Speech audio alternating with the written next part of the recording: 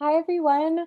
Welcome and good evening. My name is Lauren Artilles, and on behalf of Harvard Bookstore, the Harvard University Division of Science, and the Harvard Library, I'm honored to introduce this virtual event with Katie Mack and Kim Stanley Robinson, presenting their books, The End of Everything, Astrophysically Speaking, and The Ministry for the Future, a Novel.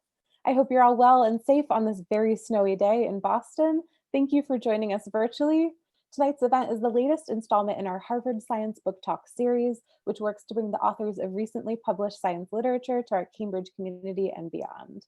Coming up in the series on Tuesday, January 5th at 7 p.m., we'll host renowned paleoanthropologist and Harvard professor Daniel Lieberman for the publication day launch of his book, Exercise: Why Something We Never Evolved to Do is Healthy and Rewarding. To learn more about this and our other upcoming virtual events, you can visit harvard.com and sign up for our email newsletter, or check out the page harvard.com/science for more info. We also have a Science Research Public Lectures YouTube channel where you can view previous talks you might have missed. This evening's discussion will conclude with some time for your questions. So if you have a question for our authors at any time during the talk tonight, click at the Q&A button at the bottom of the screen, and we'll get through as many as time allows. In the chat, I'll be posting links to purchase The End of Everything and The Ministry for the Future on harvard.com, as well as a link to donate in support of this series and our store. Your purchases and financial contributions make events like tonight's possible and help ensure the future of a landmark independent bookstore. Thank you to our partners at Harvard University, and thank you to all of you for showing up and tuning in support of authors, publishers, indie bookselling, and especially for science, because it really, really matters in this difficult time and always. And finally, as you may have experienced in virtual gatherings over this past year, technical issues may arise. So if they do, we'll do our best to resolve them as quickly as possible. Thank you for your patience and understanding. And now I am honored to introduce tonight's speakers. Dr. Catherine Mack is a theoretical astrophysicist who studies a range of questions in cosmology, the study of the universe from beginning to end. She currently holds the position of Assistant Professor of Physics at North Carolina State University, where she is also a member of the Leadership in Public Science Cluster. Throughout her career, she has studied dark matter, the early universe, galaxy formation, black holes, cosmic strings, and the ultimate fate of the cosmos. Alongside her academic research, she is an active science communicator and has been published in a number of popular publications, such as Scientific American, The New York Times, Slate, Sky and Telescope, and Cosmos Magazine, where she is a columnist. Kim Stanley Robinson is a New York Times bestselling author and winner of the Hugo, Nebula, and Locus Awards. He's the author of more than 20 books, including the bestselling Mars Trilogy and the critically acclaimed New York 2140, The Years of Rice and Salt, and 2312. In 2008, he was named a Hero of the Environment by Time magazine, and he works with the Sierra Nevada Research Institute. Tonight, these venerable thinkers and writers will be discussing their newest books, which grapple with the limits of our Earth, our civilizations, and our universe through imaginative and scientific inquiry. In The End of Everything, Katie Mack looks at 5 different possibilities for the end of the universe, from heat death to vacuum decay, introducing readers to cutting-edge concepts in quantum mechanics, cosmology, string theory, and more along the way. Carlo Rovelli praises The End of Everything as full of wit and lightness, saying, "I have learned from Mack plenty of things I did not know, and I have found myself staring out of the window, meditating about the end of it all." In Stan's new novel, a horrifyingly plausible heat wave sparks mass death and the collision between forces fighting climate change, the global bureaucratic effort and those taking more extreme measures. Vox's Ezra Klein says The Ministry for the Future is the most important book I've read this year. I wish every policymaker and everyone would read the book, not because I agree with everything in it, but because it clarifies the present so sharply. So we are absolutely thrilled to be hosting them here tonight. Without further ado, the digital podium is yours, Katie and Stan. Thanks so much. Thank you, Lauren. Well, we have a plan here. I'm going to read for a couple of minutes from the Ministry for the Future. Then Katie's going to read for a few minutes from her book, and then we'll discuss for a while. And then Lauren will come back in to let us know when it's time to do the Q&A. And I want to preface my reading by saying it's great to be doing something with the Harvard Bookstore. I was a graduate student in Boston for a year. I lived in Alston, and it was a big deal for me to cross the Charles on a bridge and go over to Harvard Square and go into the Harvard bookstore and be in a kind of utopia of books. So I remember it fondly. And having been, in Antarctica and in the High Sierra for many months of my life, I can say that I have never been colder than when crossing the Charles River. So it's a fond memory. And so I'm just going to read. I think of this actually as this is the only maybe Katie Mack passage in the Ministry for the Future, but I've got so much crap in this book that I can actually find something that is relevant. This is the eyewitness account of a young woman who's remembering her childhood as a refugee in Switzerland, and her mother gets involved with one of the Western aid workers. Then mother told us that she was going to marry Jake and we would all move in with him in a nearby village. My sister and I had had no inkling this might happen, and at first we were surprised and uncertain. The shelter was again the nicest place we had ever known, and going off with a single one of our helpers into the unknown struck us as a bad idea. We didn't know what was going on between mother and this man with the twitchy eyes, and we suspected the worst. But in fact, we moved nearby into a little two-story white house with a walled garden beside it and settled in quickly and went back off into the shelters to see our friends there. Jake and mother were always warm and cordial to each other, although they were never openly affectionate in front of us. But we could see that mother was fond of him and grateful to him. And he was always very kind to us and always spoke to us in a mix of French and English, so that it seemed like the two languages were one. And later it took some sorting out on our part to get the two into their separate places in our heads. In that effort, Arabic seemed to slip away. So we were a little family for a few years, from when I was 7 till I was 11. We went to school in Winterthur, played with friends from school and from the shelter, and all was well. In those years, my mother was happy. Then I began to see signs that things were not going well between my mother and Jake. They would sit in our kitchen after dinner looking at their screens or out the window. Watching them together, I saw something that struck me very strongly. Even just sitting there doing nothing, they were very different people. My mother is a calm person. She pours herself into a chair and relaxes there like a cat.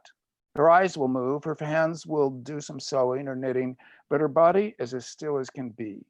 This is somewhat her nature. We're lucky to have her. Jake, on the other hand, would sit there, and yet he wasn't even close to still. Not that he fidgeted or tapped his foot or anything like that.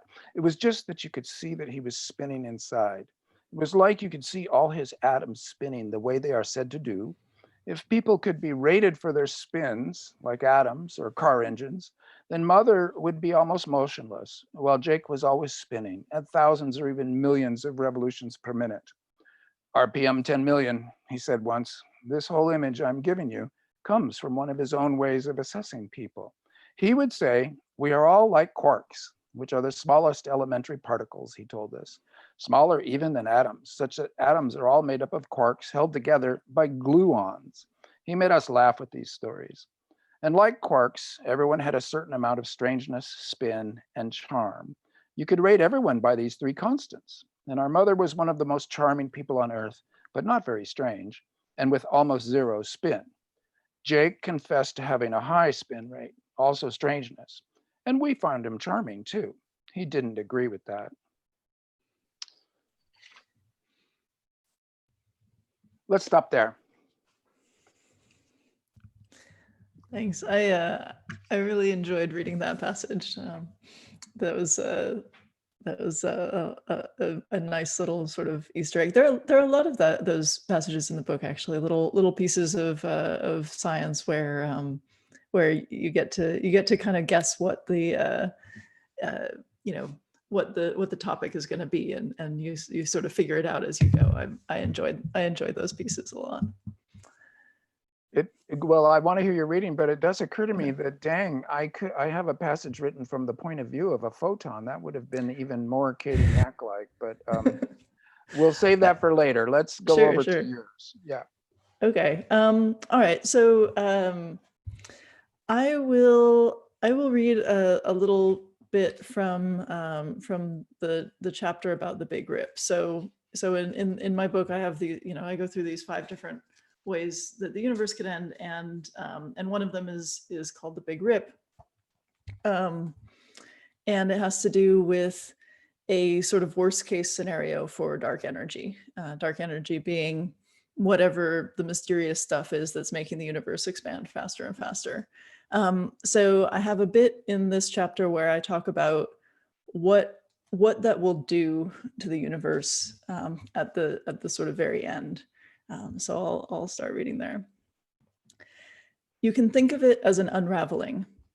The first things to go are the largest, most tenuously bound, giant clusters of galaxies in which groups of hundreds or thousands of galaxies flow lazily around each other in long intertwined paths, begin to find that those paths are growing longer.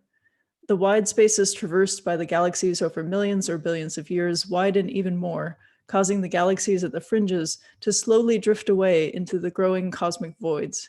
Soon, even the densest galaxy clusters find themselves inexorably dissipated, their component galaxies no longer feeling any central pull. From a vantage point within our galaxy, the loss of the clusters should be the first ominous sign that the Big Rip is in progress. But the speed of light delays this clue until we are already feeling the effects much closer to home. As our local cluster, Virgo, begins to dissipate, its previously languid motion away from the Milky Way begins to pick up speed. This effect is subtle, though. The next one is not. We already have astronomical all-sky surveys that are capable of measuring the positions and motions of billions of stars within our own galaxy.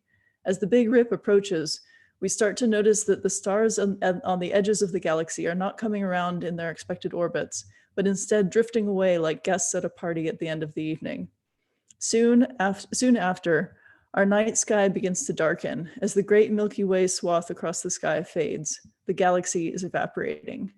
From this point, the destruction picks up its pace. We begin to find that the orbits of the planets are not what they should be, but are instead slowly spiraling outward. Just months before the end, after we've lost the outer planets to the great and growing blackness, the Earth drifts away from the sun and the moon from the Earth. We too enter the darkness alone. The calm of this new solitude doesn't last. At this point, any structure still intact is straining under the push of the expanding space within it. The Earth's atmosphere thins from the top. Tectonic motions within the Earth respond chaotically to the shifting gravitational forces. With only hours to go, the Earth cannot hold together. Our planet explodes. Even the destruction of the Earth could, in principle, be survivable if, having interpreted the signs, you have already retreated to some compact space-based capsule. There's a footnote here. When the danger is space itself, you want to be in a structure that has as little space in it as possible. But that reprieve is short-lived. Before long, the electromagnetic forces that hold together your atoms and molecules cannot hold up against the ever-expanding space within all matter. In the last tiny fraction of a second, molecules crack open, and any thinking beings still holding on are destroyed, torn atom from within. Beyond that point, there is no possibility of watching the destruction, but it carries on nonetheless. Nuclei themselves, the ultradense matter in the centers of atoms, are the next to go. The impossibly dense cores of black holes are eviscerated, and at the final instant, the fabric of space itself is ripped apart. Yikes. Okay, well, that puts our problems in perspective here. The end of 2020, and besides which, we're about to hit 2021, which is almost certainly going to be a much better year in several different ways. So happy us. I got a question for you, Katie. Sure. I've been reading books like yours since I was a young teenager with huge interest. And I think yours is exceptionally good in terms of its clarity and ability for a layperson and an English major to understand. And I remember when I was young, my dad would buy these books. They were by George Gamow, one of the great Hungarian physicists who's wrote a series of popular books about physics. 1, 2, 3, Infinity is one that I remember that was on my shelves for years, and I might still have my dad's copy. And then I've read, I keep reading them. I found Stephen Hawking very difficult to understand. I found Steven Weinberg kind of disdainful of the humanities, you might say. I found Penrose fascinating, even despite the fact that the mathematical sections were incomprehensible to me. but very thought-provoking and kind of liberating us from the idea that the brain is a computer.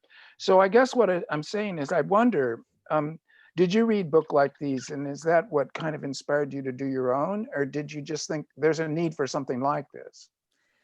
A kind of mix of both. So I read A Brief History of Time when I was sort of a young teenager, maybe slightly younger, and I didn't understand all of it at the time, but I was fascinated with the ideas. I read Paul Davies' About Time, which is a great. I mean, he's great He is great. explainer, and I was fascinated by the ideas of, the malleability of time in physics and space, and the Big Bang and black holes and all of those kinds of topics.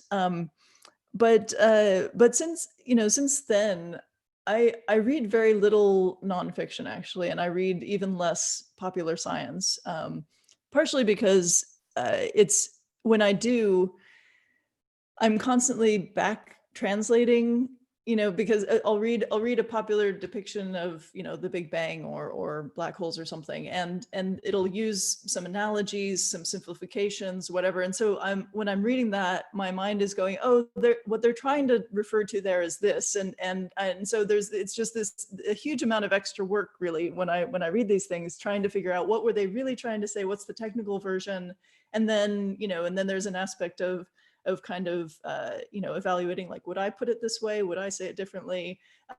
Is the audience holding on? And so I find reading popular physics books slightly stressful. I read almost entirely science fiction, and that is what inspires me and kind of opens my mind to new ideas. And I guess that one of the things I was able to do with this book, as such as in the passage I just read, was to imagine this what it would be like to live in this process as it's happening, and to put myself in the position of that sort of future consciousness watching the universe be torn apart or fading away or whatever, in these various kind of scenarios. So I think when I decided to write this book, part of it was that I wanted to get these ideas out there, because there aren't that many books about the end of the universe. There are a lot about the beginning, not a whole lot about our cosmic future. And I wanted to have a chance to kind of write about all my favorite pieces of cosmology, and all the fun little facts about the universe, like the fact that when you look at really, really distant things, they stop getting smaller as they get farther away and start getting bigger because of the expansion of space, and that's really weird.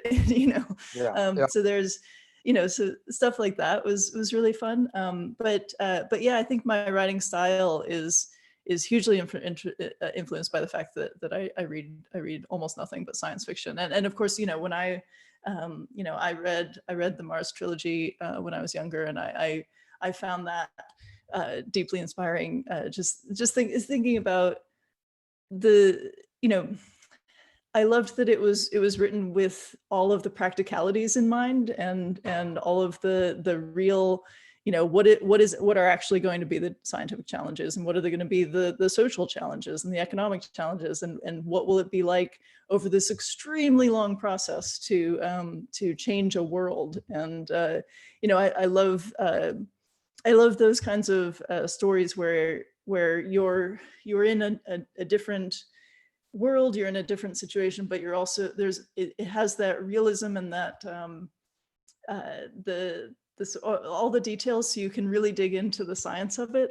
So your work has been hugely inspiring to me, so I appreciate it.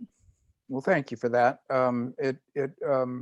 I must say that when I read Mars, I felt like I was throwing myself off of a cliff into the land of science writing, where since we had so much new information about Mars, it was a worthy project to try to put it all into a novel, despite the sounds of gears grinding and the what everybody remarks on, the incredible slowness of the pace. in the Mars Trilogy, but I think speed in novels is a variable thing, and it was worth doing in that case. So I'm glad you enjoyed it. I think with your book, what's interesting for me, just read it in these last few days, is the way that talking about the end of the universe, the potential ways in which this universe might come to an end, is actually a great organizing principle for talking about everything else in physics. You have to talk about the beginning. You have to talk about gravity and the other forces, and how we don't seem to have a good correlation between gravity and quantum mechanics and what that might mean. And in short, in order to talk about the end in any coherent or meaningful way, you have to set us up by describing everything else going on currently in physics too. And for those of us who are reading, we hear, dark matter. And I think it was you who told me, well, really, it should be invisible matter. And then dark energy, that's even worse. We need you to bring some clarity to these names, because I think all physicists are actually struggling with, how do you put it into language? You've got these equations. They're complicated, they're elegant, they're difficult, but then the results of them, if you're not going to just write another equation to describe what's going on and you try to put it into language, immediately you're having to work with metaphors and with various kinds of images that bring it home to a reader that's only got the language. And I think that's a tough. Yeah, and it's a tough thing to do, not just finding a good metaphor or whatever, but deciding what do I really want to communicate, and what do people need to know about this, or what's useful for people to know about this, and why am I telling them? Like I could explain this aspect of the problem, or I could explain this other aspect, or I could just give a much broader picture. And what's useful about that, what's interesting about that, how do I put it in any kind of context where it'll matter to anybody? And that's I think that's a big challenge as somebody who's writing about, especially something as obscure as theoretical physics. I mean, there's no news you can use aspect of this if you're just going about your life. And so there's there are a lot of sort of choices to be made about what, like,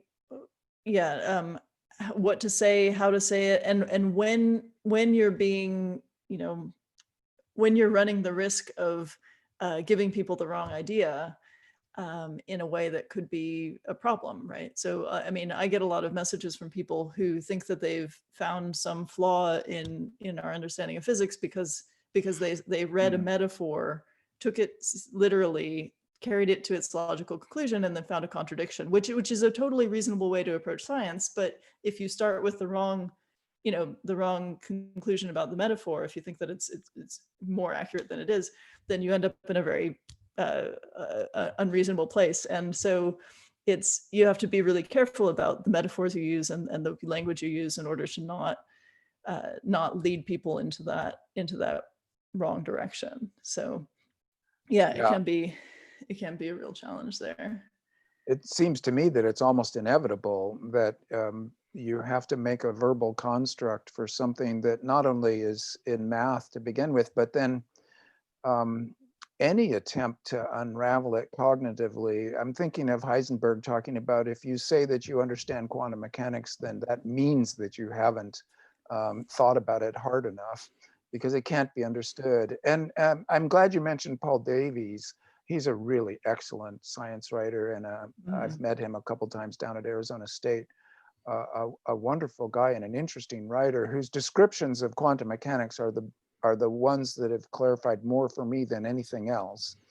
And I remember him very clearly reading a page by him where he said, well, fermions and bosons, the way you can tell the difference is that they both have spins, and one spin 1/2 and one spin 1. I'm making this up, but in one of them, maybe it's bosons, it has to spin 720 degrees on its axis in order to get back to its original position. And then with fermions, it's, yes, fermions. Yeah. So, and then bosons, it's just your normal 360 degrees. Well, my brain just, at that point, I just had to say, okay, I don't get it. I give up. And yet, it was a way of communicating the weirdness of quantum mechanics, the way that we can't compare it to something that we see out the window. Yeah, that's yeah, and stuff like that. It's also tricky because with those kinds of concepts, it's possible to overdo the weirdness, such that it sounds like, just all bets are off. It doesn't matter. Like all this is made up and totally unconnected, and nobody knows anything. And that's something that happens a lot, especially in cosmology writing.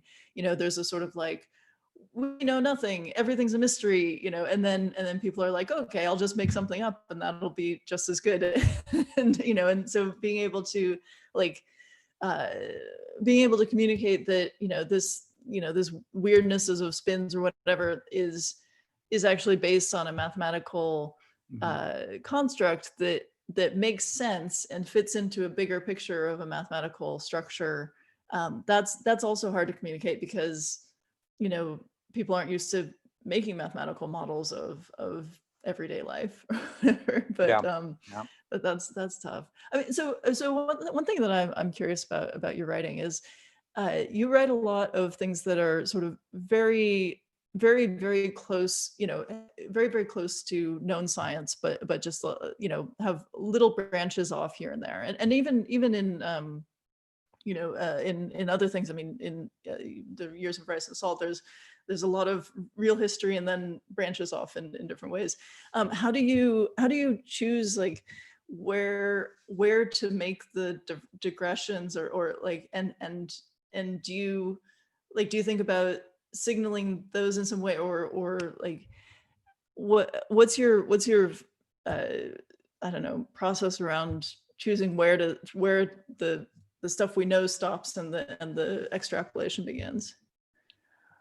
Well, it changes project to project. I base it almost entirely on the idea that comes to me, so that for my novel about Galileo, I had this image of Galileo falling through his telescope into the 30th century, and he's on the moons of Jupiter immediately. And so I said to myself, well, that's crazy, but I want it. So I had to do a time travel novel. And I mean, happily, you didn't have to get into time travel in your book because it's an immediate paradox and a conundrum that you can never get out of.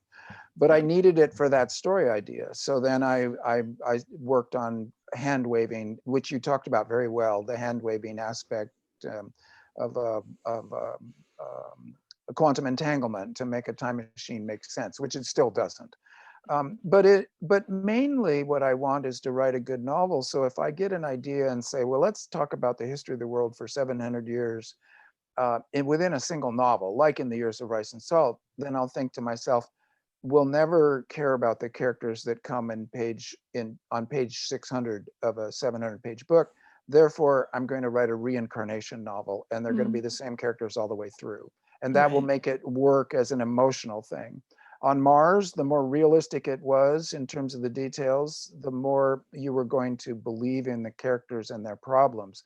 So I just come at it from the novelist's point of view, is what's going to make this feel solid as a novel, even though my original ideas are sometimes quite fantastical, or at least deeply problematic for fitting them within one novel.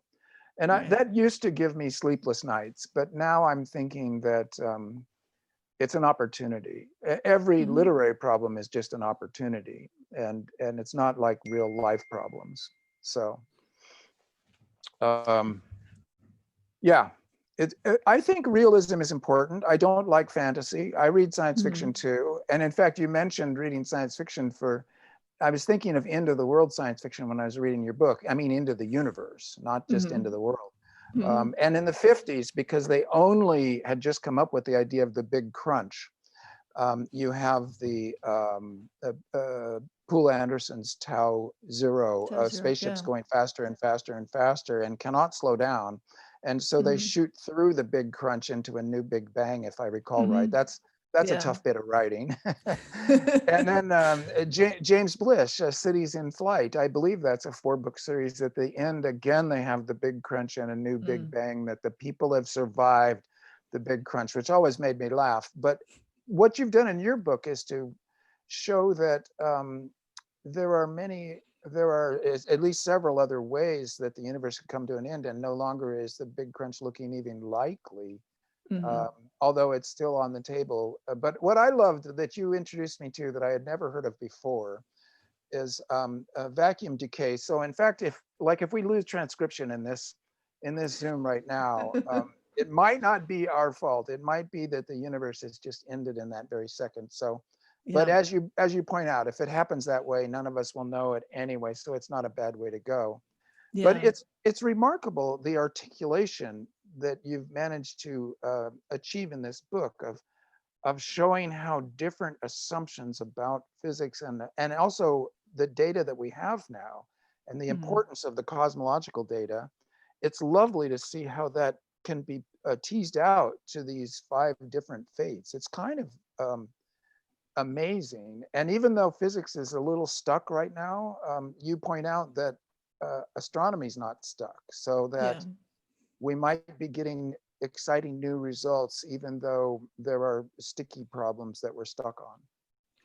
Yeah, that's one of the things that I really wanted to talk about in the book was how very small changes to our understanding of current data just take the universe in vastly different directions. So all of these 5 different ways the universe again, which are very different in terms of what actually happens in the universe, collapsing or expanding forever, or this bubble of doom, like they're all, consistent with the data at the moment to some degree. Big Crunch sort of less than the others, but you know, none of them are ruled out. And depending on what we find in the next few years with astronomical data, all of these are still possible in one way or another. And that's kind of a fascinating place to be at that sort of precipice where we are getting new data soon, and we're learning more and more about the universe. And there are things that are happening in physics as well, in terms of experiments. And it's sort of in some ways it's harder to get a huge amount of data there, but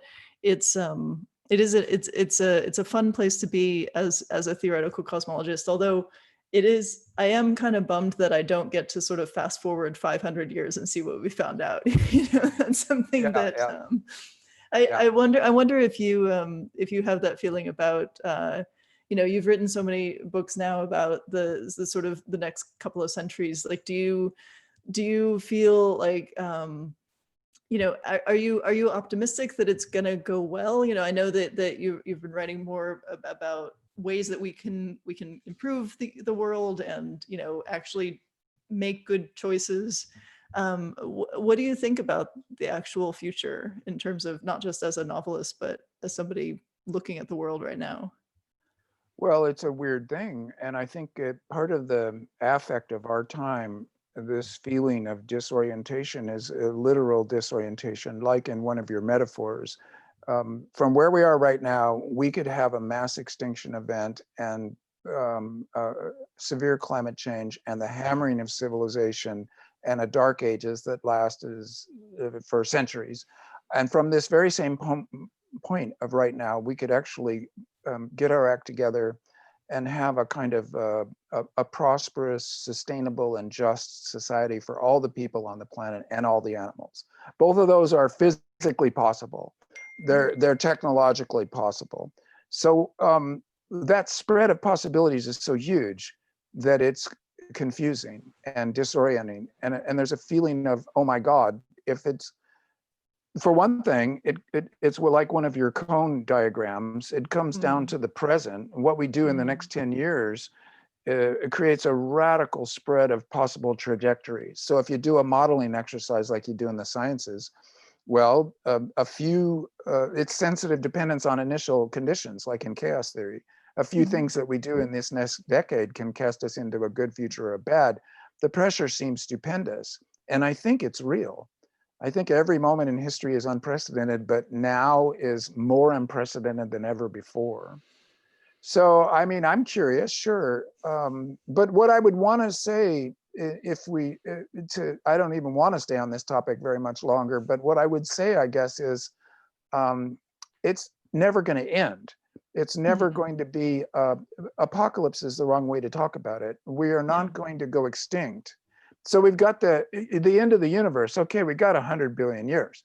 In terms of human history, we are not going to come to the point where, oh my gosh, we've killed off the last human and we didn't put any people on Mars, which is a stupid idea as a eggs not all in one basket. That's terrible. But in any case, we're not going to do that. There's going to be people a century or two from now, and they're going to be coping with whatever the situation is. So it's best that we try to make it a better situation rather than worse. So this is what I usually say is, look, let's not be pure about it. Let's not be extremist about it. No doom, no utopia, just go for better rather than worse and leave it at that. I definitely agree with you on that. I find it, I think there are a lot of debates about the best way to talk about climate change and induce action and stuff. But I do find it frustrating a lot of times when I see things like, oh, we only have 9 years or 12 years to do something before, like, no, it's going to be bad or it's going to be more bad. But like, there's not some deadline at which point we're like, oh, we lost, we give up. That's never going to be what happens. And we will always be able to make things a little bit better or a little bit worse. And, but we have a longer lever arm now, like, right. We have more smaller changes now can lead to bigger changes in the future. If we keep waiting, we're losing that, that lever arm and so that's the thing that we should keep in mind, not like we have a deadline and then after that we all give up, we're gone. So yeah.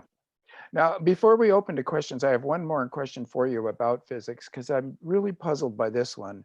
As you say in your book, we've got stupendously good results all across every experiment for general relativity.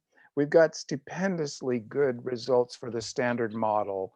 And the two, in ways that only mathematical people can see for real, don't correlate with each other. They don't match. One of them, I don't know if it's right to say one of them's got to be wrong, because both of them seem to be completely right in their own frame of reference.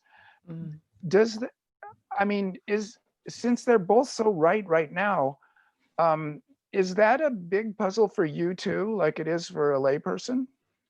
Yeah. So, I mean, it's a funny thing because we have the standard model particle physics encapsulates everything about every particle we've ever detected, and it works. There's we found very few places where there's wiggle room in that. People can argue about little pieces of it, like the mass of neutrinos or something, but it's not. It's basically, it works really well, and so that's great. But we also know that it can't be the whole story, because we don't know where all the parameters in this theory come from. We know that quantum mechanics that it's built on doesn't work well with general relativity, our theory of gravity. There are certain contradictions you get to in extreme environments where they can't both be correct about what's actually happening in the universe.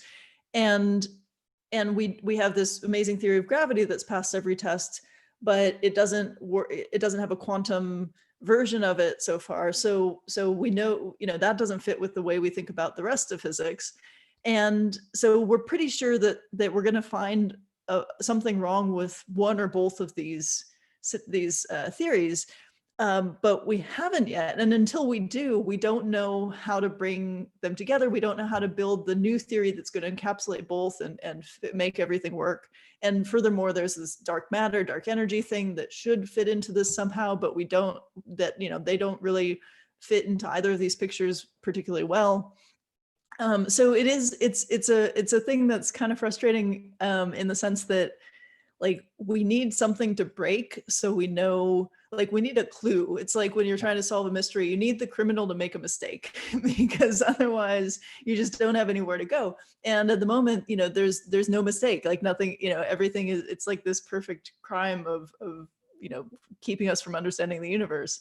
And so I think that I and all other physicists are pretty sure that something is going to be, something is going to show up that's a crack in one of these theories, and we will find some kind of data that points the way to one of them being wrong, or both, or something that the edge of validity of these ideas.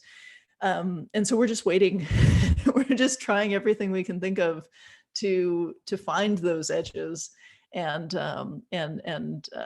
push on them. So at the moment there are a couple little clues. We keep pushing on those and hoping that those might be hints of where to go next and where things are going to actually break. But it is a very strange situation where it's like, oh, it works too well, it must be wrong.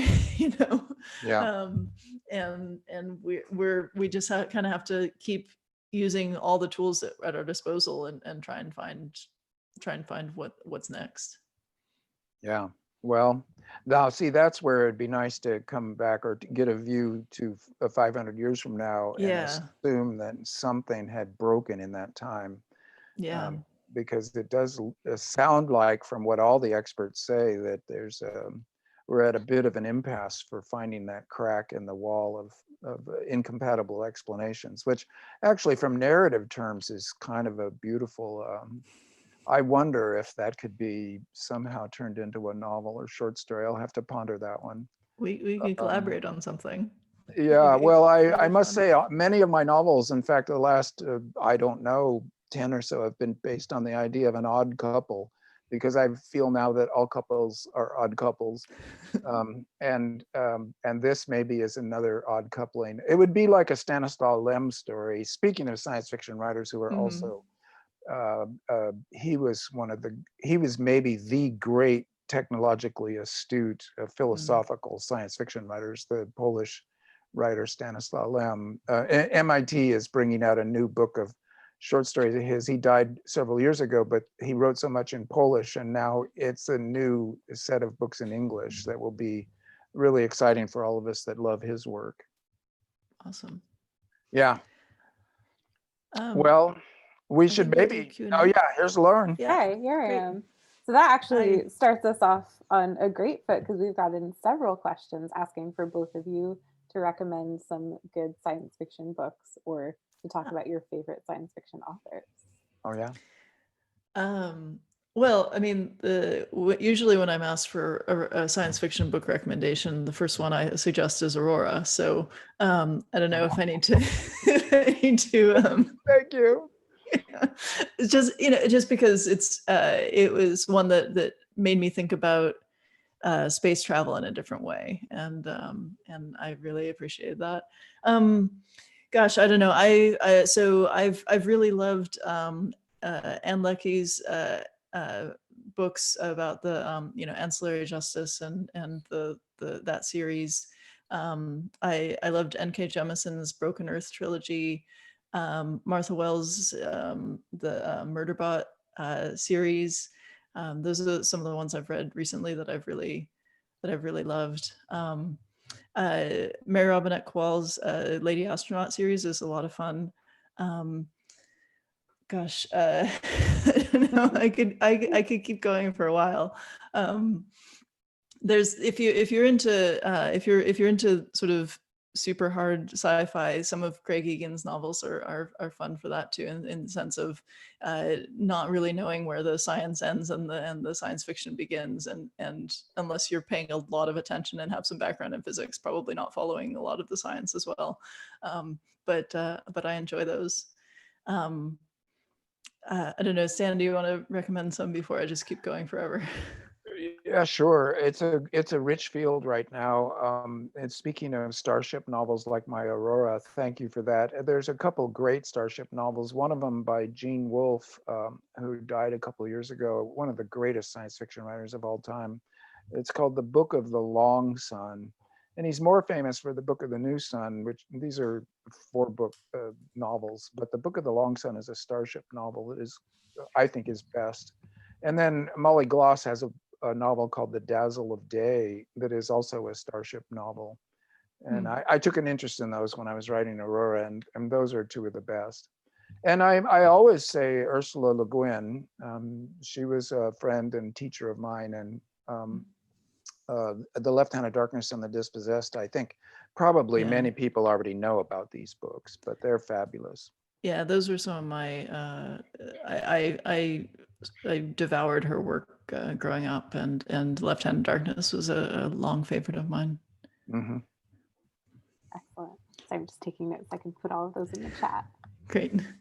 All right. So moving to a more specific question, somebody's asking, Katie, could you please explain the concept of vacuum decay? How does the universe end instantly? Sure, sure. So yeah. yeah, vacuum decay. So so vacuum decay is a fun idea.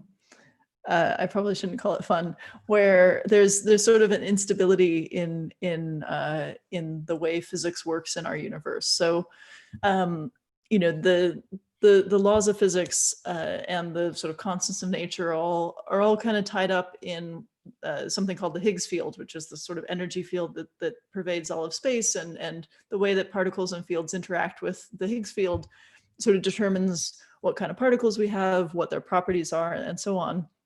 And we know that the Higgs field was different in the very early universe, and there was a different sort of mix of particles and interactions, and then it changed very, very early on and set up, you know, the way we have physics set up now, the way that particles can exist, you know, the existence of quarks and leptons and, you know, electrons and protons and all that stuff exists because the Higgs field took on this new value that it has right now. So this energy field has some value to it, and that value determines how physics works in our universe.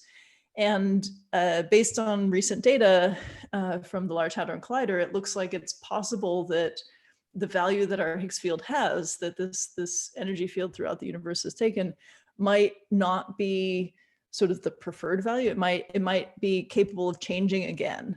And if it did change again, and it would do sort of spontaneously, then suddenly our particles wouldn't hold together, and the universe would just all of matter would be destroyed. And the way it would happen is that there would be this sort of quantum transition at one point in the universe that would change the value of the Higgs field at that spot.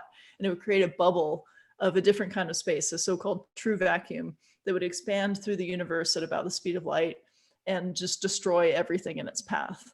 And because it's based on a quantum event, we can't predict exactly where or when it would happen. We can only give probabilities of when it would happen. And so we can say it probably won't happen for 10 to the power of 100 years, if it's even possible, but we can't say for certain it won't happen right now. And so it would be a very quick and painless death, you know, and just destroy the whole universe all at once. So, you know, there'd be no sort of tragic aftermath, but, you know, some people find it a very disturbing notion anyway. I should say I wouldn't suggest worrying about vacuum decay. There are lots of reasons why it's not something to get upset about, and you know, I know that people do sometimes. So just to put that out there, don't worry about it. We're probably going to be fine. But it's, as a physicist, it's a fun thing to think about. Well, it's good to have one less thing to worry about, especially now. There's a good line near the end of Katie's book. She quotes from a friend physicist. We got way worse problems than the death of the universe. Mm-hmm. Yeah, yeah. So that's a great segue, actually, into this question, which I think I'm going to abridge a little bit because it's very good but long. And I'm going to pose it to both of you. What would you say is the importance of contemplating the end of all things for us here in the present? I'm thinking of the kind of ends that Stan writes about: global and social transformation, climate and environmental crisis, etc. One of the nefarious obstacles that climate activists face is the relegation of climate change to an unrealized future moment. And of course, the end of the universe itself is as unrealized, maybe, as we can get. How might we translate between these two frameworks for endings? Stan, do you want to start with that? Well, let's say that that is a tough translation, but I would say that the way to do it is to think about death. That the connection here is an ending to consciousness, to one's own personal individual consciousness. Everybody has to face that, so everybody's going to come to the end of their own personal universe, and that's a given. And whether there's a Big Bang later, of course, that's off the table of anything that we could ever know, but probably not. And then what I think one of the ways that we cope with that inevitable end of our individual consciousness is the idea that the species will go on. And then if the species is looking like, 5 billion years from now, I can remember my son being very upset at the idea the sun was going to blow us up 5 billion years from now. And we were telling him that's all right. It's even better than, it's not as bad as 10 to the 100th billion years, but it's far enough away you don't have to worry about it. But it's it takes away the comfort. And this is this notion, well, humanity will spread through the universe and humanity won't come to an end when Earth comes to an end. That's already a kind of a deferment that is a little crazy and, as I pointed out in Aurora, unrealistic.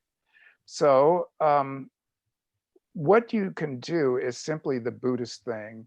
Focus on the present. What can you do right now? Enjoy the day, carpe diem, and do what you can to spread the love and not worry about the future. Never actually comes. You're always stuck in the present. This is the weirdness of time. And it's good that we didn't talk about time very much, because as St. Augustine said, the moment you talk about time, you realize there's nothing to say. Nothing makes sense. Deeply mysterious. So focus on the present and let's not worry about endings. They're going to come later. They're going to come to everything. In a way, you could think of it as comforting, like, oh my God, I'm going to die. But you know what? The universe is going to die. So all things pass. Let's just enjoy the day. Yeah. Yeah, no, definitely. I completely agree. And I think that's one of the sort of themes that I tried to put in my book about, we get caught up in this idea of legacy, and investing in what we think, how we think it'll all come out in the end. And really we, there at some point, if the universe is going to end, we don't have a legacy. We have to find a way to have meaning in our lives right now, a meaning in the cosmos right now. And, that might be in trying to make things better in whatever way you can in the moment. It might be finding a way to appreciate what we have without depending on, it lasting forever. I mean, you gotta somehow come to terms with the fact that things will inevitably decay and fall apart and so on. But there, you can still do good now and have meaning now. And I think that that's an important thing to figure out for yourself.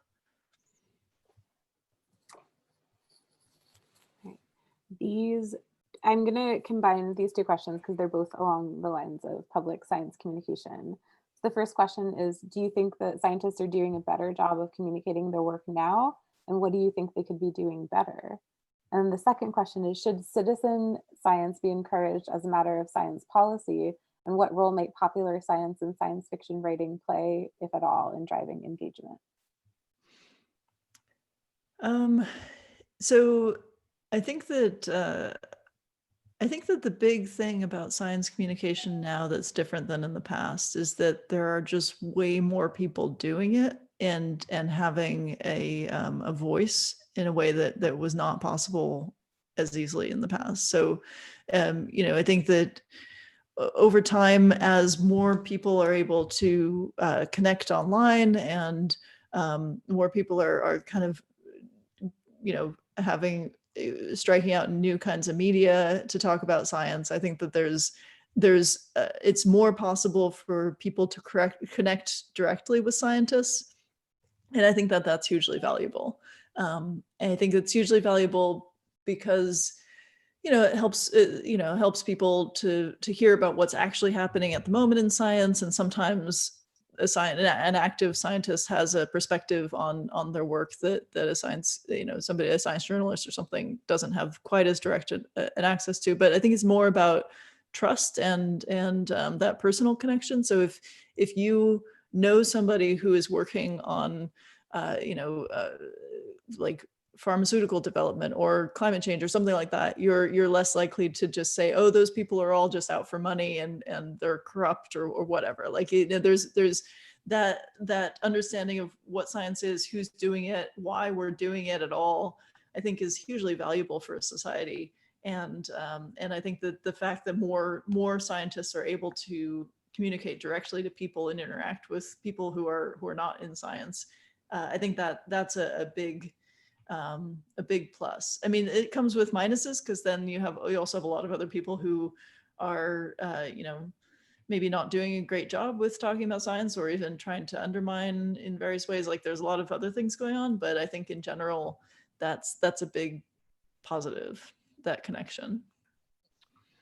I've seen big improvements in this, the period of climate change, because I think we can historicize this a little bit. I mean, Galileo, for instance, a great science popularizer across Europe, and made a big impact by his writing ability. And clear writing for the public is an important scientific tool. It's one of the things that made Carl Sagan so important. All of the famous scientists in our culture turn out to be really good writers, and that's part of their fame. But what I saw was that after World War II, the scientific community said, look, just give us the money, we'll give you the goods, and we'll make the decisions about science, and don't bother us, just fund us, and you'll enjoy the results of it. And then when they said to the world around the turn of the last century, we are accidentally torching the planet, and there wasn't a quick response to that, scientists realized that the post-war model of just give us the money and we'll give you the goods is not adequate to this situation. And even the word Anthropocene is an intervention by scientists trying to underline the gravity of our situation. So the fact that we're in the Anthropocene is scientists telling us the situation is dangerous. What humans are doing now can change the biosphere for centuries.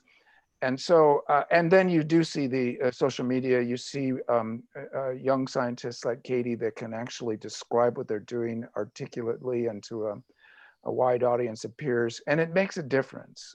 We'll be better off. My whole theory has been the more scientific this culture becomes, the better we're gonna get through this century. So it's looking better all the time in terms of that communication. I think we have time for one or two more questions. So, sorry, we've got a lot, which is fantastic. All right, this is to both of you. For Stan, how do you think the universe will end? And for Katie, how do you define utopia? Okay, do you want to go first, Stan? Yeah, isn't this backwards on purpose? Yes. How do I think the world will end? I mean, I've just finished Katie's book, and so I'm saying just a slow cooling off, heat death, dissipation off into nothingness, with possibly this, what did you call it? Phantom dark energy? A phantom dark energy, making it even more so, I mean, even deathier than the ordinary heat death. I mean, but why should what I say matter? I mean, this is just so impressionistic, but as a novelist, I'm saying that's what it looks like to me. And so maybe I'm not very famous for the ends of my novels for a reason, I don't know.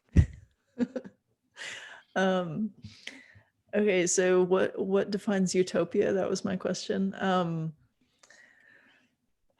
Gosh, I don't know.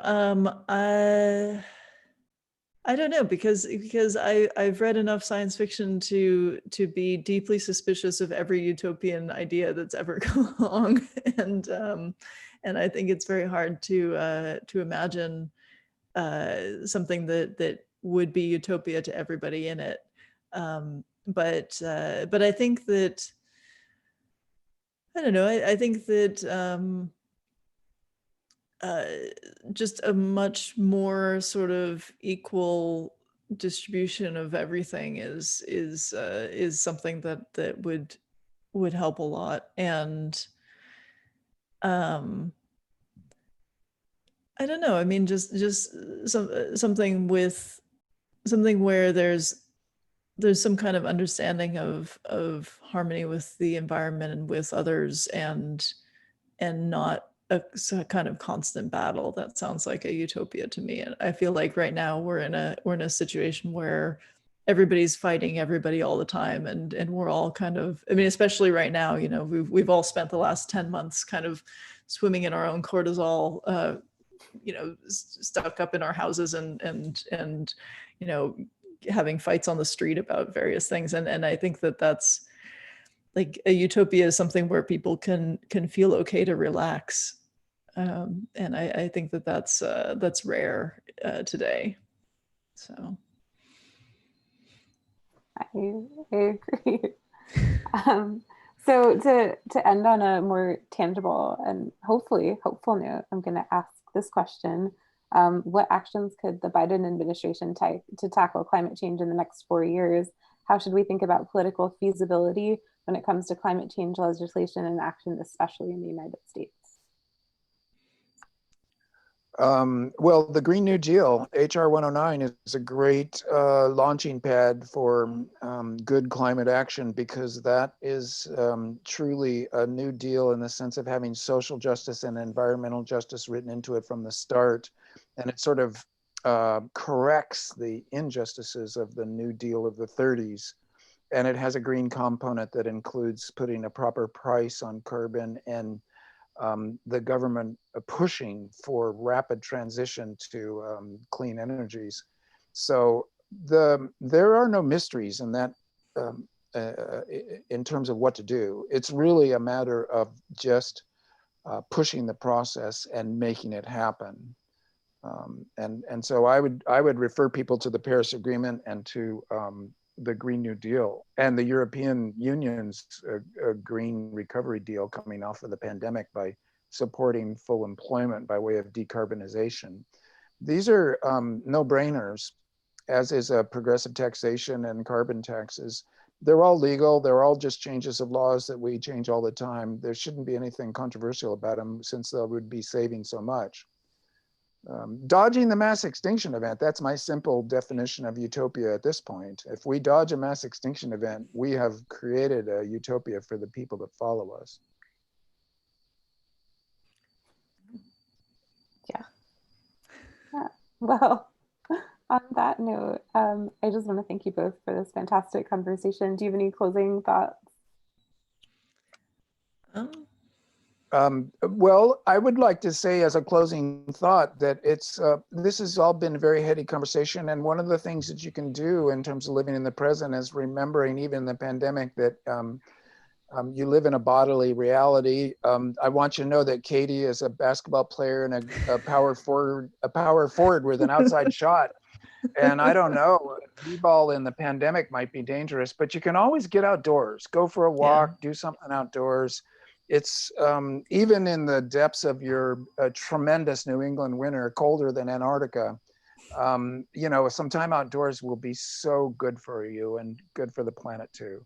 Yeah, I've taken up running in this pandemic. For a while, I was running 3 miles every day just to like be out of my home office, and I'm not doing it quite that often now, but still, getting outside is so helpful, and moving and being active is super helpful. So I definitely agree with that advice. Well, thank you both for spending your evening with us and talking about the ends of the world and hopefully a version of those ends. Please, everybody, learn more about these fantastic books and purchase The End of Everything in the Ministry for the Future on Harvard.com. And on behalf of Harvard Bookstore, the Harvard Division of Science, and the Harvard Library, all here in Cambridge, Massachusetts, have a good night, keep reading, stay warm, and happy holidays. Thank you so much. Thank you. Thanks so much. Thanks, Katie. Bye. Thanks, Lauren. Bye, Katie. Thanks, Lauren. It's always Bye. so, but we'll talk again.